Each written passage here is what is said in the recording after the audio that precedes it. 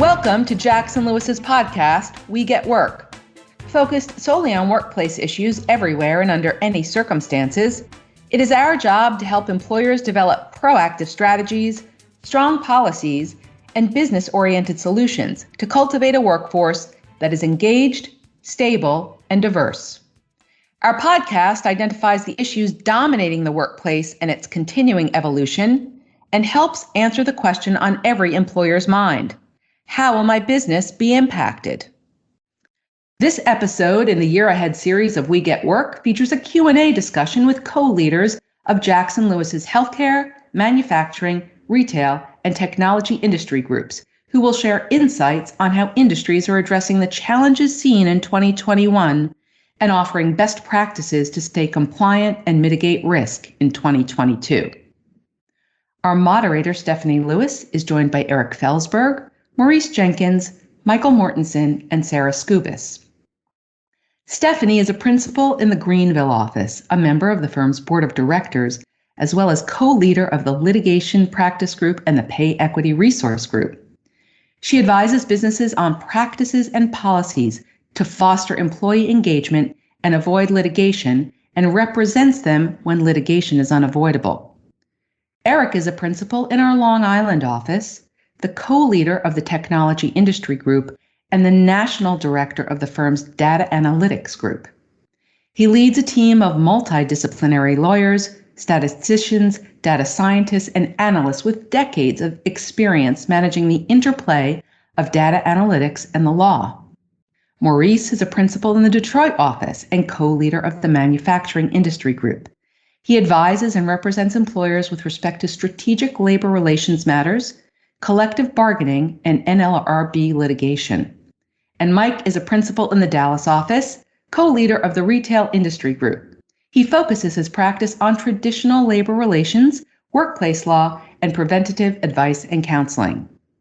Sarah is a principal in the Hartford office and co-leader of the firm's Healthcare Industry Group. Her practice is focused on employment litigation, preventative counseling, and labor relations. Stephanie, Sarah, Mike, Maurice, and Eric, thank you for joining us today on the Year Ahead series. Hello, and thank you for joining the Industry Forecast segment 2022, the Year Ahead for Employers.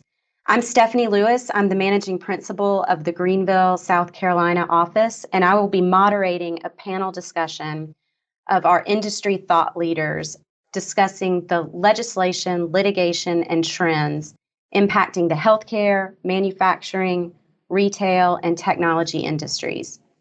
It is no surprise to any of you that 2021 brought a tremendous amount of change and compliance challenges in the workplace. The evolving nature of the COVID-19 virus introduced new obstacles to your plans to return to the office. The Delta and Omicron variants have brought vaccine testing and mask mandates to the forefront, along with trickle-down impacts like additional reasonable accommodation requests and labor shortages. George Floyd's murder ignited a global response, further fueling the momentum of social forces, moving legislatures and organizations to respond in both word and concrete action. California, of course, led the charge, requiring diverse representation on boards of directors. And in the financial industry, we saw the NASDAQ and other institutions require women and minorities be included on boards as well. Add to that a new administration and executive agency leadership with distinctly different policy agendas than the prior administration, and we find ourselves facing an incredibly challenging time in 2022. So let's get started with our conversation. Maurice, what do you believe the single greatest impact was that COVID-19 had and continues to have on the manufacturing industry? Well, first of all, thank you for that question, Stephanie. I'm Maurice Jenkins. I'm a partner in the Detroit office of Jackson Lewis and co-chair of the firm's Manufacturing Industry Group. That question, Stephanie, boils down to COVID-19. What it really did is force manufacturers to find new ways to get the work done. Through the shortages in manpower, that forced, as manufacturers and other industry leaders have to do, forced them to look for new ways to manufacture their products, deliver their services associated with those products, and close that much ballyhooed gap or disruption in the supply chain, which was also caused by the COVID-19 pandemic, the dislocation of labor. These new technologies that we see evolving in the manufacturing industry among our clients and other companies make it clear that there will be an urgent need going forward. And that impact will be felt with respect to the skills gap, those skills that will be needed in that new Industry 4.0 environment that manufacturers are going to, where digital technologies, artificial intelligence, and those kinds of things will directly impact how employees perform their jobs, where, and what they actually do. Maurice, that's such an important point. What types of incentives or arrangements do you see employers in the manufacturing industry offer to address the labor shortages and the challenges that they face as a result of COVID-19? Well, in the short run, what we're seeing is a heavy reliance on immigration with respect to obtaining those skills that are necessary to operate in a digital environment where, again, manufacturing is headed. So at the same time, last November, President Biden signed into law a $1.2 trillion infrastructure bill that included, as part of that incentive or focus, if you will, enhancing the skills and reliability of the supply chain. And so, again, these are two factors that will continue to require employers to look at their talent and what their talent is capable of doing, because that flexibility in the way products are produced is going to only be strengthened. Maurice, in light of the labor shortages, do you see most manufacturing clients implementing vaccine mandates at this point?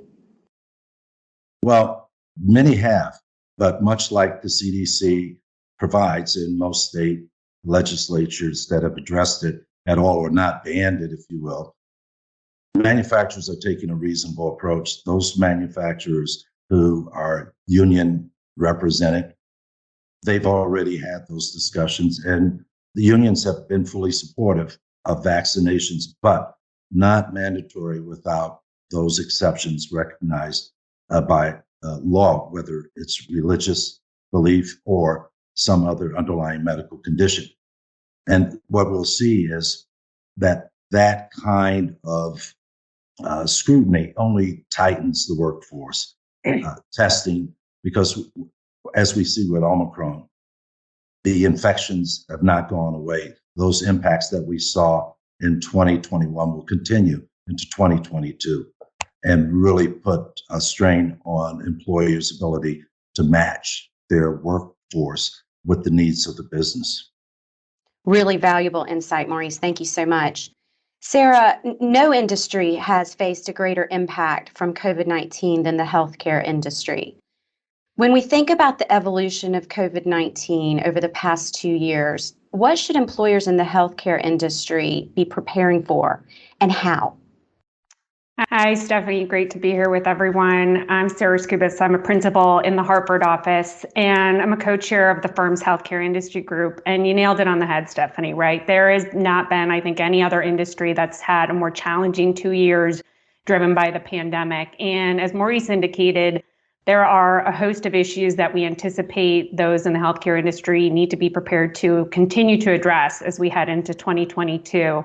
I could probably talk for 30 minutes on all those issues, but if I had to identify a few, other than obviously the impacts of the current COVID-19 surge, like Maurice addressed, there's a real staffing crisis in healthcare driven by a couple of unique factors specific to the industry, certainly vaccination mandates, burnout, escalated retirement of direct care providers, a lack of pipeline for those new providers, And so I think employers in the healthcare industry really need to evaluate the specific circumstances driving those staffing shortages, to view use of travelers, locum tenens, and other temporary employees to help manage that issue specific to the industry. I think there's going to be, again, similar to Maurice, but with a healthcare lens, another issue they're going to really have to look at is expansion beyond what's been traditionally an in-person sort of brick and mortar patient care experience. And as a result, a really evolving workforce. So healthcare employers are going to have to continue to evaluate their ability to provide care through telehealth, other online tools.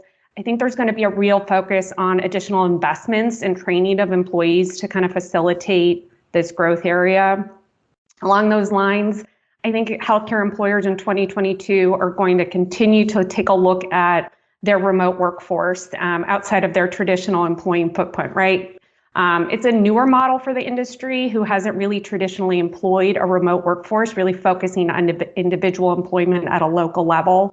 There's obviously a host of employment taxation and other implications if choosing to employ kind of a workforce outside of the states in which a healthcare employer traditionally operates in. And I think we're going to really see a lot of expansion in that area to address all these issues.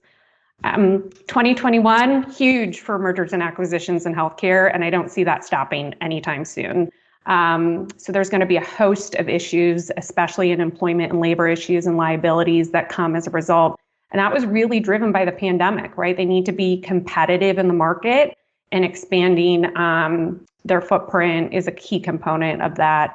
And then finally, if I had to say, again, I could probably go on forever, but if I had to identify, one of those final issues that I think healthcare employers are going to really be faced with in 2022, which is certainly a direct result of the demands of the pandemic, is increased union activity, both in terms of our existing unionized workforces, where we're going to see an increased demand for more, right? Unionized employees asking for more, a lot driven by the pandemic, and then certainly increased organizing efforts. And we've already seen it a lot in the nursing field in particular. So, it's going to be a really a lot of challenges coming our way in 2022 for healthcare employers, but a lot of opportunities as well, I think. So, Mike, I know one of your areas you specialize on union avoidance. Maybe you can give us some insight based on Sarah's point about more union activity coming out of the pandemic in the healthcare industry, about what's driving that. Thanks, Stephanie. Yes, I'm Mike Mortensen. I'm the co-chair of the Retail Industry Practice Group, and I'm based out of our Dallas office. And there are quite a few drivers. Obviously, with the onset of COVID-19, safety issues were at the forefront. From the retail perspective, one new aspect was employment practices for retailers, because they were frontline workers, became front page news, and the public really got some support behind it. And there were frequent conversations, a lot of publicity about employment practices, taking care of employees, because it impacted everyone. And so in addition to those concerns, unions had exploited the opportunity by increasing efforts to organize, lobbying, and being very vocal in the media about advocating for workers' rights. And a lot of employees were engaging in what's called protected concerted activity, even in the non-union environment, where employers have difficulty sometimes recognizing what exactly protected concerted activity is and how do you appropriately address it. So we saw a lot of walkouts over things like requiring, the workforce that we do have to work extra hours, or certainly vaccine mandates. Is that what you were seeing too, Mike? Yes, we were seeing it quite a bit. And a lot of it comes to do with the brand recognition. When you speak about retailers, everyone has their favorite retailers. They're in there all of the time, so they really identify with it, and that gets a lot of attention. And what you saw over the last 2 years were a number of petitions circulating throughout the internet, being publicized on media, websites, and papers, and organized walkouts for big name employers. And I'm sure we can think of several of those. And because of the publicity, it sort of compounded with the onset of the George Floyd protests, COVID, everything that was going on. There was an increase in social awareness among the public at large, and that is really what drove quite a bit of this.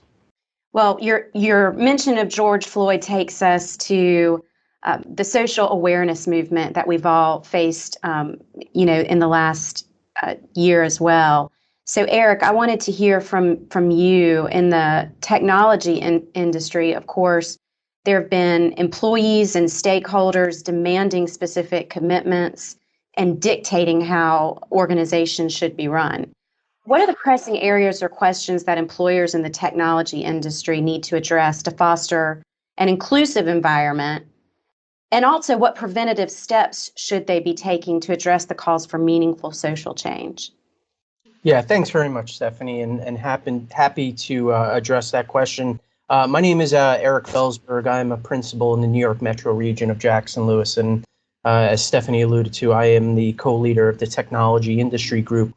Look, the technology industry has long been the focus of social awareness and diversity-related initiatives well before some of the events we have seen unfold over the last several months and couple of years. And oftentimes, these social awareness and diversity-related initiatives will result, as you mentioned, in commitments being made by organizations, the establishment of diversity-related policies and procedures.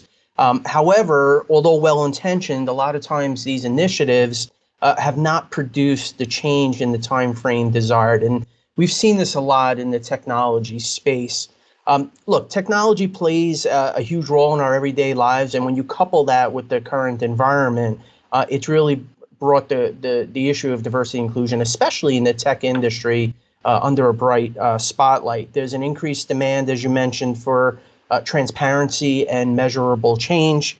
And we've seen some results from this, right? We've seen an increase in the dialogue between employers and employees. We've seen a lot of increased visibility, oftentimes in response to demands, even from external pressures around the demographic composition of various tiers within an organization. And what we have seen on our end is an increased desire for quantitative analyses of workforce data and trends. And so for the tech industry employer, when you're trying to foster an inclusive environment, you want to consider a number of items. First is, and perhaps most important, you want to kind of identify those reasons and interests that have prevented change in the past. As I mentioned, we've seen a lot of commitments in the past, and again, with the best of intentions, a lot of times those commitments aren't met. So you want to be able to identify, employers do, identify those reasons why change hasn't happened in the past. And the question of quantitative analyses, right? Undertaking quantitative analyses, not only to identify issues in the workplace, but to set reasonable thresholds. I have fielded a number of calls, as you know, I'm sure probably some of you have, around, just kind of pulling a threshold or something that sounds favorable that we can kind of put out there, and then we'll worry about how we're going to kind of hit that later or meet that commitment. You really want to try to quantify that issue as much as you possibly can using data and using some benchmarking information. And then perhaps, if not the most important, certainly close to the top, is to seek feedback from your employees, right? And the pandemic has really made this more difficult, right? Because you have a number of employees, especially in the tech space, a lot of employees working remotely, right? And this has had a very significant impact and strain on employer-employee engagement. So employers have really had to become, be creative with respect to fostering, diversity and inclusion when you're kind of managing a workplace that is largely remote. So the use of things like employee engagement surveys and climate assessments can really prove helpful in this space. But look, regardless of the efforts undertaken, employers have to set realistic timetables and objectives. They should avoid trying to get too far out, beyond their skis, and really try to set something that's realistic and meaningful.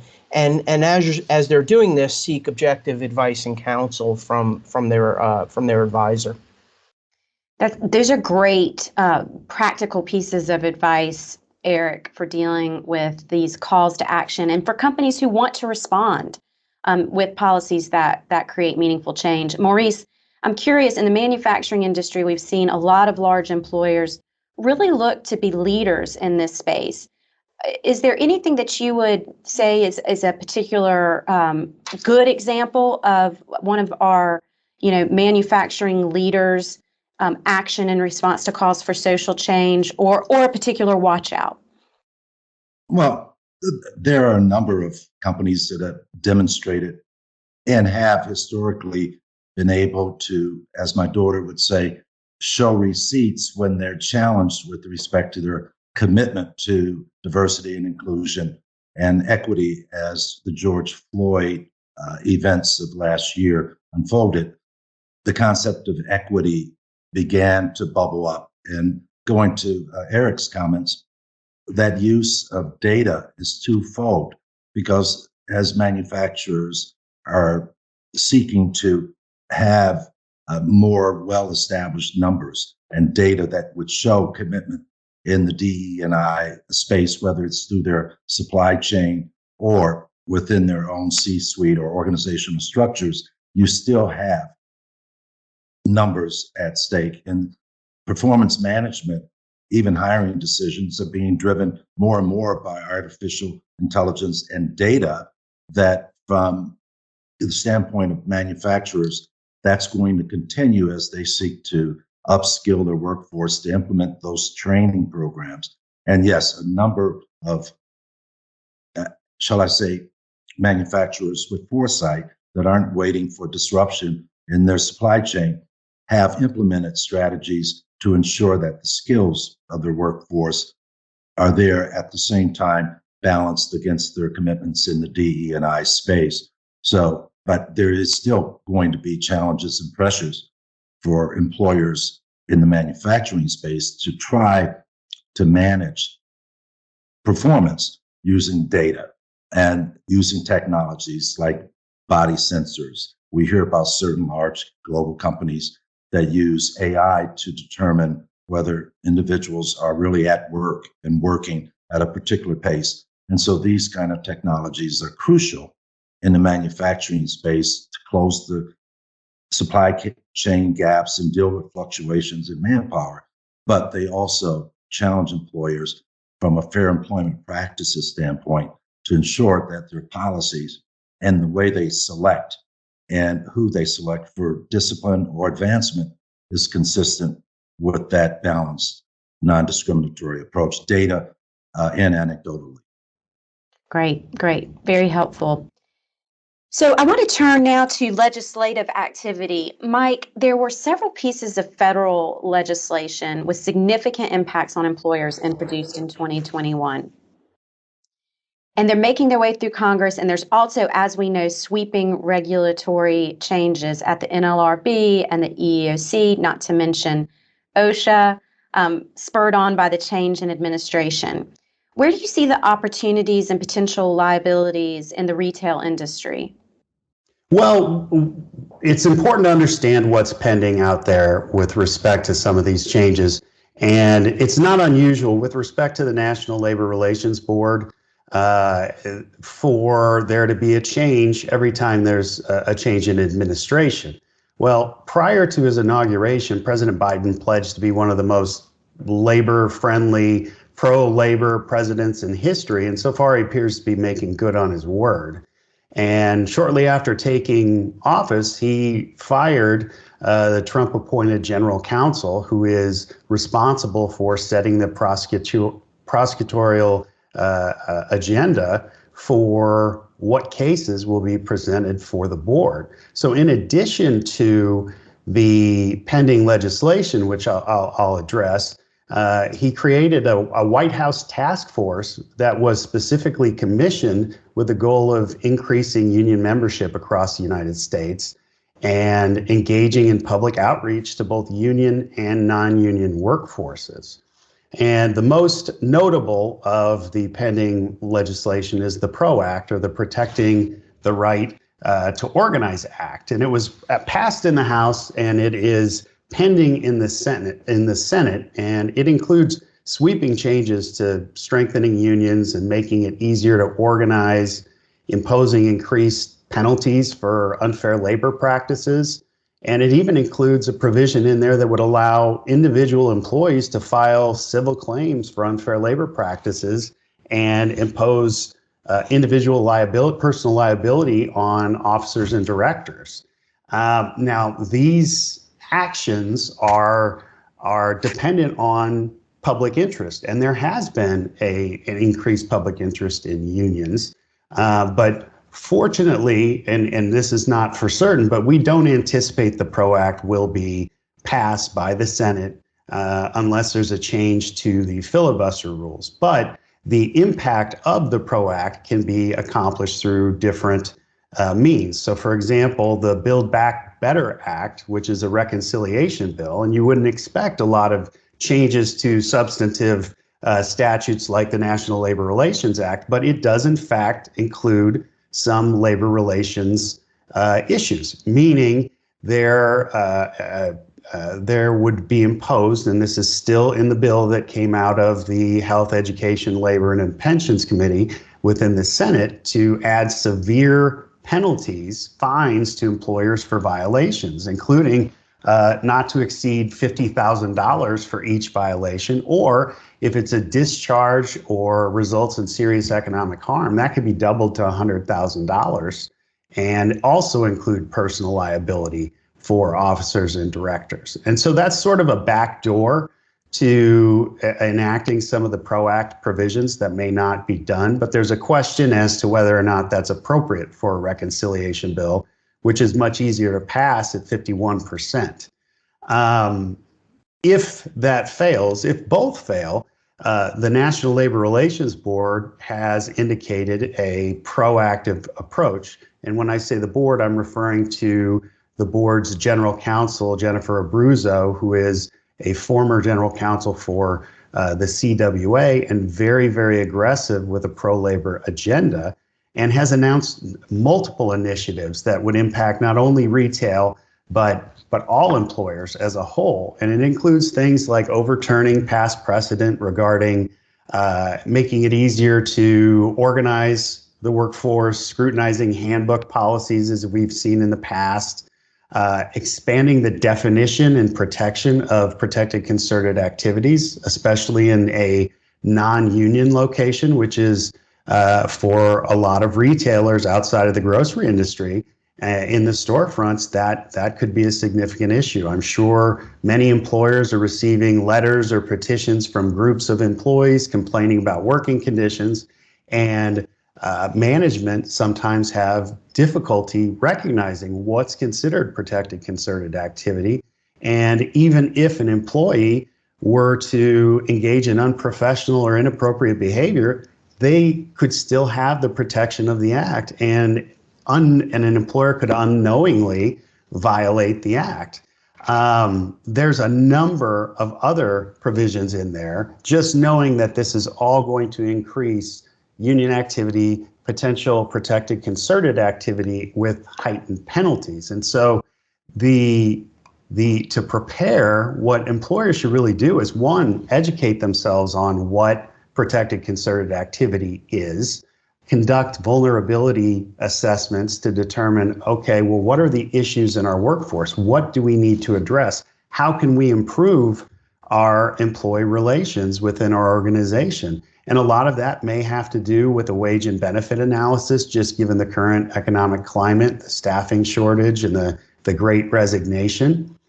Educating and training those managers on how to respond to complaints from employees or union demands for recognition, and including reviewing handbook policies that are lawful under current board law, but may be overturned. And it's simple things such as confidentiality policies, civility and respect in the workplace policies, things that you wouldn't ordinarily recognize as a potential violation, but could result in a notice posting that must be read and distributed to all of your employees, depending on what the board would require. With retail specifically, and for the last 2 years, it's hard to say this is something preparing for the future because it's been ongoing for the last 2 years, but preparing for increased attention, whether it's through demonstrations, nationally publicized petitions, as you've seen with a lot of other actions that have been taken primarily in the retail industry because of the brand recognition and the interaction with the public. And so there are a number of things, and this should be very high on the agenda because it is often overlooked in non-union environments. And this is something, given the focus and outreach that the National Labor Relations Board and the White House Task Force is taking, could be more and more common. And so that's a really important issue to keep on the radar. Mike, that makes really good sense. So employers really need to understand the guardrails around what is protected activity, even outside of their unionized workforces, because there's so much more protected activity going on. And, that includes protest, and it includes Facebook, and it includes social media, and it includes these walkout threats. So really need to understand the guardrails of what you can and can't do and how to recognize protected activity. And it's just no question that all of the agencies are more aggressive in terms of policing employee rights. I mean, I know Eric can attest to that with OFCCP, and we all have seen that with the EEOC as well. And of course, Sarah, I am interested in how the healthcare industry is planning for additional compliance with labor shortages, with the various agencies creating compliance concerns in the healthcare industry around COVID-19. Yeah, it's a really hard time, and we're stuck right in the middle of it. Vaccine mandates have dominated the healthcare industry since around the summer, whether it be through a rash of voluntary mandates that a lot of large healthcare hospital organizations undertook, to smaller practices, or now being forced to comply with what I call a hard mandate, right? No test out option, whether it be through state or local rules, and now the pending CMS for certain CMS covered providers and suppliers. And that, while certainly directly implicates the healthcare industry, it indirectly implicates so many other industries. I can't tell you how many clients I've spoken to who have questioned to say, I'm not covered by CMS, but I provide laundry services, or I do valet services at a covered provider, and they're within the scope. And I think that's going to have a real big impact on shortages and staffing, not just for healthcare, but all those other industries that support and work for our healthcare clients. And healthcare and all industries are getting really creative, but there are regulatory impacts, right? Not everybody can go in and provide care to an employee. And so really looking at internal resources to help train up existing employees. Again, looking to third party to fill the gap. We've seen an increase in utilizing third parties to come in and run ERs and other departments within a hospital organization. So, healthcare employers need to get creative, just like others in the industry, to how to fill the gap driven by a lot of the pandemic, and specifically vaccine. I would say we'll continue to see that trend. That's a great place to end this conversation. We've heard some themes among the industries around labor shortages, employee relations concerns, the rise of labor activity, and the practical advice on how to implement a compliant DEI program. It's really great to hear from this esteemed panel of industry group leaders discussing what to expect in 2022 in the healthcare, manufacturing, retail, and technology industries. This is a part of a broader series of videos and podcasts and webinars and interactive resources to create a more dynamic and engaging experience for our clients. So we really hope you enjoyed this conversation and learned from it, and we thank you all. Thank you for joining us on We Get Work. Please tune in to our next program where we will continue to tell you not only what's legal, but what is effective. We Get Work is available to stream and subscribe on Apple Podcasts, Google Podcasts, Lisbon, Pandora, SoundCloud, Spotify, Stitcher, and YouTube. For more information on today's topic, our presenters, and other Jackson Lewis resources, visit jacksonlewis.com. As a reminder, this material is provided for informational purposes only. It is not intended to constitute legal advice, nor does it create a client-lawyer relationship between Jackson Lewis and any recipient.